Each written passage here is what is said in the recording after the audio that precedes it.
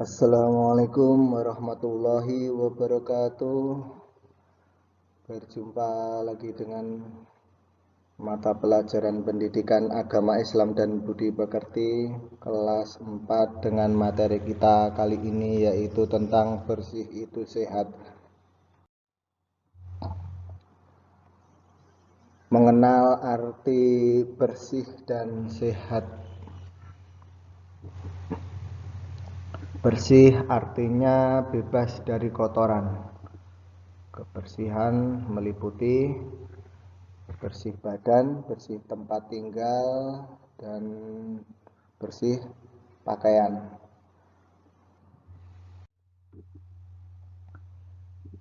Bersih di dalam Islam itu yang pastinya harus suci dari hadas dan najis. Nah, bersih dan suci itu berbeda pengertian. Kalau bersih tadi yaitu terbebas dari kotoran, kalau suci itu terbebas dari najis.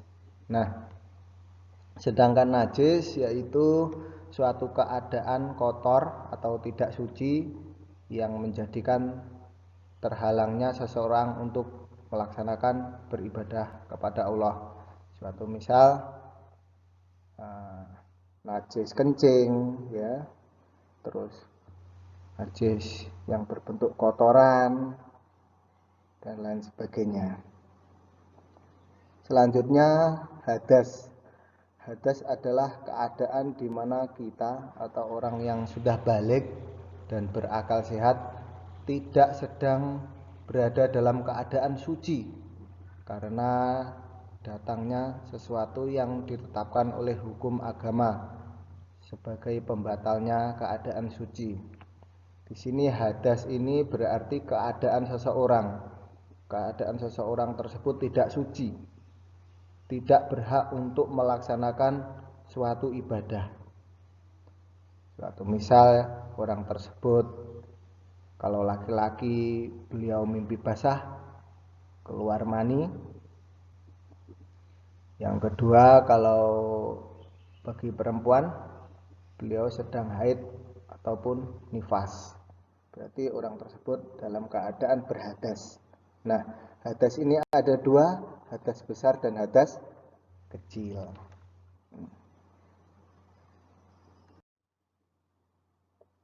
Nah, untuk membersihkan hadas, kalau yang besar tadi dengan cara mandi, dan pastinya mandi besar yaitu dengan mandi keramas.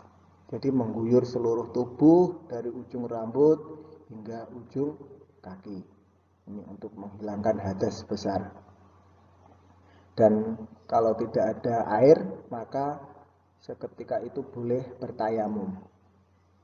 Nah, ini.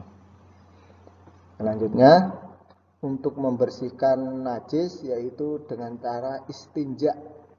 Nah, istinja ini kalau bahasa kita dengan cebok atau cewok. Atau misal cebok itu ya dengan air. Kalau di negara kita itu karena melimpahnya air, maka biasa kita beristinja dengan air. Tetapi bagi negara atau daerah yang sulit untuk menemukan air, ya, air sangat mahal, ya bisa jadi bukan dengan air lagi. Suatu misal di Singapura atau di tempat-tempat negara-negara yang lain yang dipandang air itu sangat mahal, maka ya setiap kamar mandi atau WC ya pasti disediakan tisu.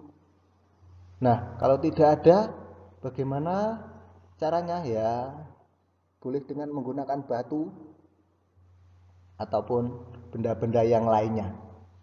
Benda-benda yang kasat yang bisa menyerap air kencing kita ataupun ini. Mungkin bisa menggunakan kayu dan lain sebagainya. Tetapi tidak boleh menggunakan bahan yang licin seperti plastik dan sebagainya, tidak boleh, ya. Sebelum masuk ke kamar mandi, ada baiknya membaca doa sebagaimana yang telah diajarkan oleh Rasulullah yang kita tampilkan di layar. Bismillahirrahmanirrahim. Allahumma inni a'udzubika minal khubuthi wal khaba'ith. Yang artinya, dengan nama Allah, ya Allah, sesungguhnya aku berlindung kepadamu dari kejahatan para setan. Kenapa kok kita diperintahkan untuk berdoa?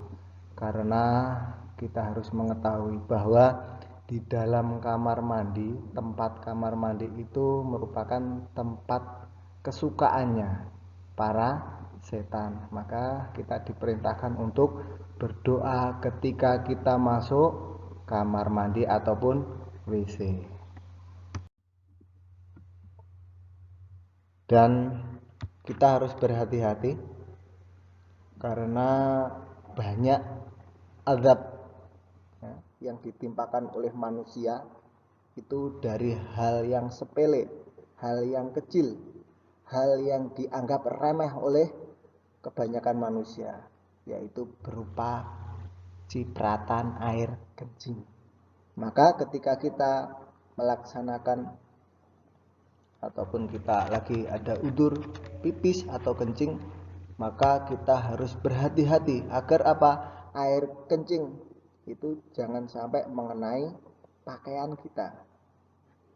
Ini sesuai hadis. Ya. Hati-hati, sesungguhnya banyak siksa kubur karena air kencing. Maka ketika kita selesai melaksanakan hajat kita, harus kita beristinja, yaitu dengan air atau lain sebagainya tadi. Nah, itulah materi kita pada hari ini, dan tetap selalu jaga kebersihan agar kita terhindar dari berbagai macam penyakit dan tetap belajar dengan rajin.